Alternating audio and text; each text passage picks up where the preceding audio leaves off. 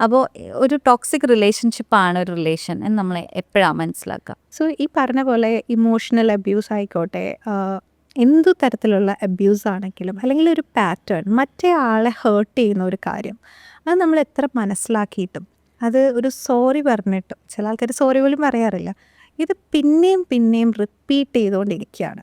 ഈ ചില പ്രശ്നങ്ങൾ നമുക്ക് എല്ലാവർക്കും ഉണ്ടാവില്ല. നമുക്ക് ചിലപ്പോൾ ദേഷ്യം വരും, നമ്മൾ ചിലപ്പോൾ ഇച്ചിരി ഒന്ന് ഒച്ച വയ്ക്കും, നമ്മൾ ചിലപ്പോൾ അനാവശ്യമായി കരയാം, ചിലപ്പോൾ മിണ്ടാതിരിക്കാം. ഇത് എപ്പോഴും ഇങ്ങനെയാണെങ്കിലോ, എല്ലാ ദിവസവും ഇങ്ങനെയാണെങ്കിലോ, ഒരു സമാധാനവും നമുക്ക് കൊടുക്കുന്നില്ല എന്നുണ്ടെങ്കിലോ, അടിക്കുക എന്നൊക്കെ പറയുന്നത് എപ്പോഴും അടിച്ചുകൊണ്ടിരിക്കുകയാണ്.